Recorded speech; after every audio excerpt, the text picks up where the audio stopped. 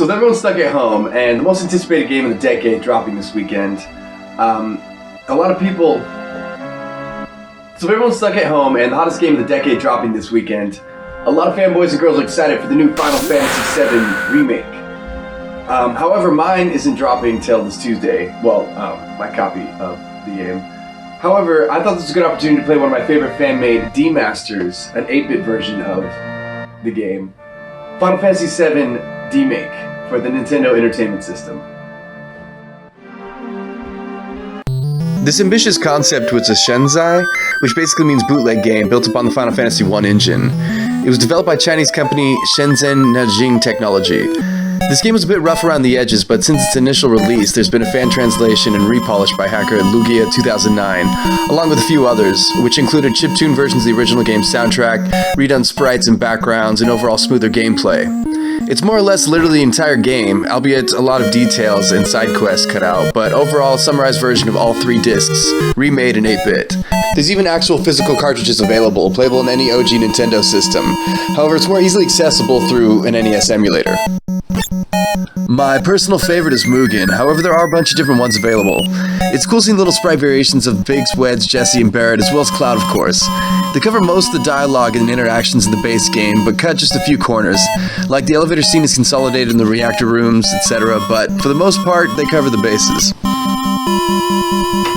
After Barrett's Save the Planet Greenpeace speech, you make your way up the corridors to the main reactor room. But on the way you face a slew of ridiculous encounter rates, facing monsters that aren't even supposed to be in this part of the game.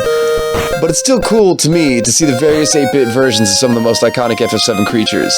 The encounter rate and monster type seems to be randomized as a reflection of the Final Fantasy I game the mod is built on. The Bomb Guy, the X-Cannons, the Marlboro, the Tonberry, the Sweeper, the Cactar, these wretched monsters of old hold a lot of nostalgia within their image, and it's satisfying to see their iteration pixelized in a similar yet opposite way, as first getting a glimpse of their sleek HD versions in the remake. Anyways, moving along, you get to the main reactor room and face your first boss, the legendary Scorpion Mech. He's a bit tougher than his PSX version, but not as challenging as the remake. Hit him with some bolts, slashes, and bullets, and potions if you need, and set the place ablaze, as per usual. No countdown this time. Escape at your leisure. Don't forget to save Jesse.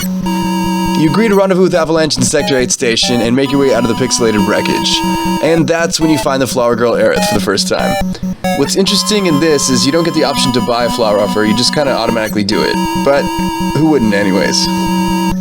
I'm not entirely sure how the dating sim works in this remake, but I'm guessing it's dynamic as fuck. So off the bat, you seem to be building rapport with Aerith, which is cool. Anyways, you nope yourself out of the station and meet back with the crew on the train. Anyways, thanks again for watching. I'll put links in the description how to go about playing this game. You basically just patch the NES file with the IPS file using Looting IPS or whatever. Any of it works. Yeah, so stay safe and protect the live stream.